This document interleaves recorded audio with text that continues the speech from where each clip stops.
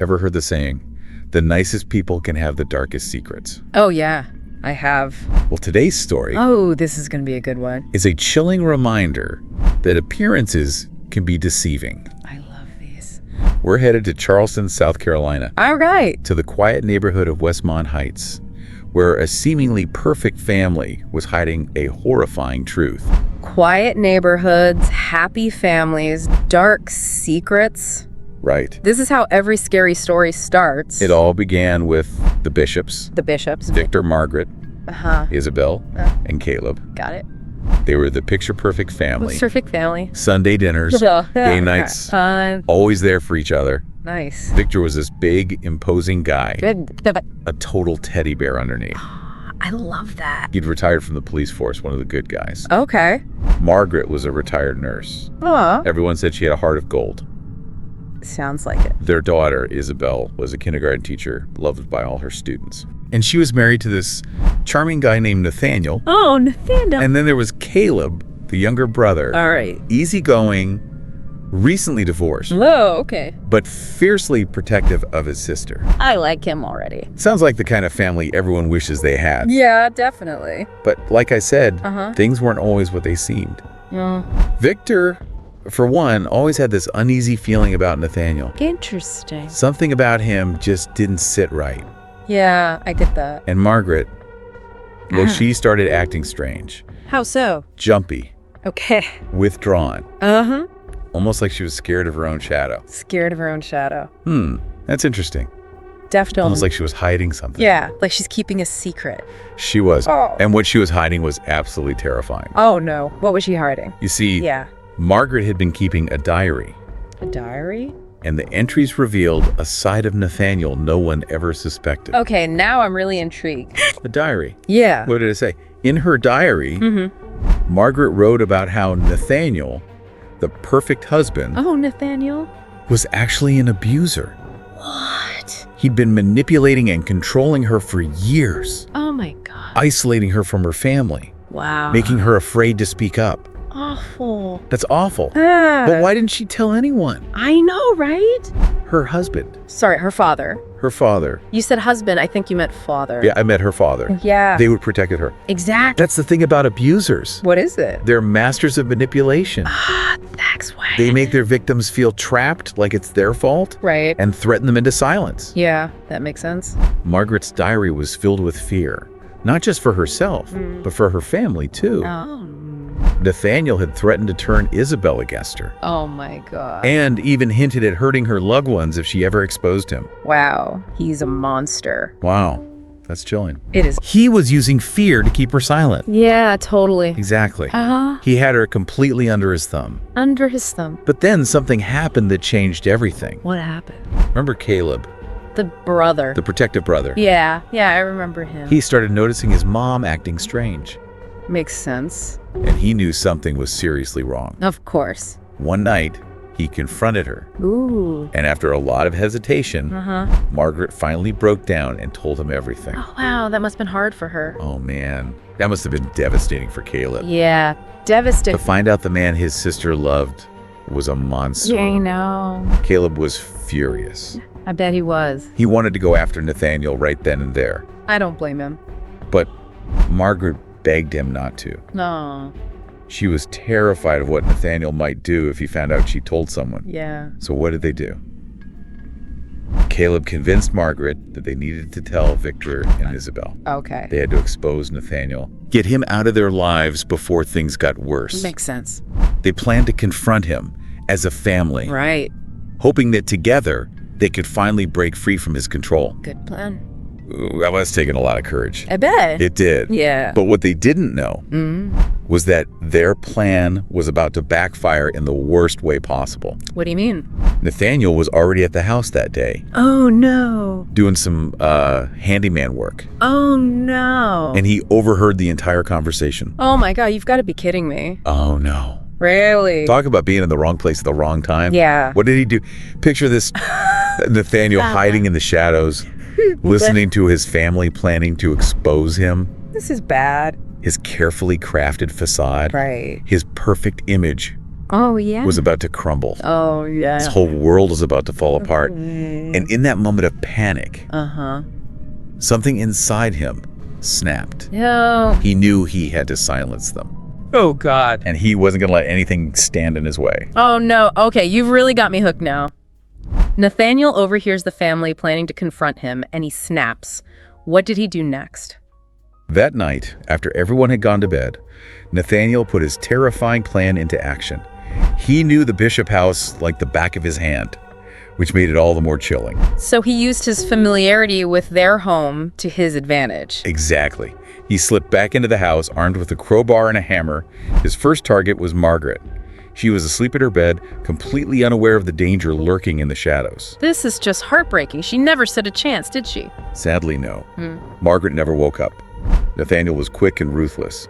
He then made his way to Victor's room. Victor, being an ex-cop, had a bit more fight in him. Oh. He woke up when he heard Nathaniel enter and struggled to defend himself.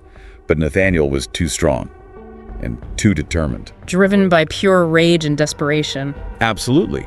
The commotion woke up Caleb, who rushed to his father's aid. But it was a chaotic scene, and Caleb, unarmed and unprepared, became another victim of Nathaniel's brutal attack. This is just horrific. What about Isabel? Where was she during all of this? Isabel was asleep in her room at the back of the house when she was awakened by the sounds of the struggle. She immediately realized something was terribly wrong. She must have been terrified. Imagine the fear she felt, hearing those noises, knowing her family was in danger. She frantically dialed 911, but before she could even speak to the operator, Nathaniel was at her door. Oh, God. She was trapped. Isabel was cornered, but she wasn't going down without a fight. She grabbed a kitchen knife and faced Nathaniel, desperately trying to hold him off. What a brave woman. It was a chaotic struggle. Isabel's resistance was enough to buy precious time. The 911 operator heard the commotion and immediately dispatched police to the Bishop residence. So the open 911 call saved her life. Yes. The police arrived to find a scene of unimaginable horror. 4 members of the Bishop family lay dead. Nathaniel was arrested on the spot, his clothes and hands covered in blood. The perfect son-in-law mask had finally shattered, revealing the monster beneath. It's almost impossible to grasp the level of violence that occurred that night. What happened next? Was there a trial? The trial was a media frenzy. The evidence against Nathaniel was overwhelming. The prosecution presented Margaret's diary, which proved premeditation, along with forensic evidence and Isabel's chilling testimony. I can't imagine what it must have been like for Isabel to relive that night in court, to face the man who murdered her entire family. Isabel's testimony was incredibly powerful. She described Nathaniel's manipulation, the fear he instilled in her mother, and the horror of that night. Her words resonated with the jury, painting a clear picture of Nathaniel's guilt. And what about Nathaniel's defense? Did he confess? Did he try to justify his actions? Nathaniel and his defense team tried to paint him as the victim, claiming self-defense, saying he was protecting himself from a family that had turned against him. Trying to twist the narrative to fit his own twisted reality. Did the jury believe him? No, they didn't. After hearing all the evidence and witness testimonies, including the harrowing account from Isabel, the jury deliberated for just a few hours before returning with a guilty verdict on all 4 counts of first-degree murder. Justice was served, but at a terrible cost. Nathaniel was sentenced to life in prison without the possibility of parole. He was stripped of his freedom, his charade, and his carefully crafted image. He was left to face the consequences of his actions, alone with his dark secrets. What a chilling end to a truly horrific case. But what about the aftermath? What happened to Isabel and the community? The Bishop murder sent shockwaves through Charleston and beyond. The community was left reeling, struggling to comprehend how such a tragedy could occur in their seemingly idyllic town. The Bishop home, once a symbol of warmth and family, became a somber reminder of the darkness that can lurk beneath the surface. And Isabel? How did she cope with such unimaginable loss? Isabel, despite enduring the most devastating loss imaginable, showed incredible resilience and strength. She was determined to rebuild her life and honor the memory of her family. Her strength is truly inspiring. It's a testament to the human spirit's ability to persevere, even in the face of unimaginable tragedy. You're right. But this case isn't just about one family's tragic loss. It's a stark reminder that domestic violence can happen anywhere, to anyone. and it often hides behind a facade of normalcy. That's an important point. We often hear about these cases and think, that could never happen in my family, or I would know if someone I loved was being abused. But the reality is, abusers are skilled manipulators who can easily deceive those around them. Exactly. And that's why it's crucial to be aware of the signs of domestic violence, to trust your instincts if you suspect something is wrong, and to speak up and offer support to those who might be suffering in silence. Absolutely. Early intervention can save lives. And if you or someone you know is experiencing abuse, please remember that you are not alone. There are resources available, and help is just a phone call away. It's hard to believe that someone like Nathaniel, who seemed so charming and put together, could be capable of such horrific acts. It is, yeah. Yeah. I mean, it's a reminder that abusers often wear masks, presenting a carefully constructed image to the outside world while hiding their true nature.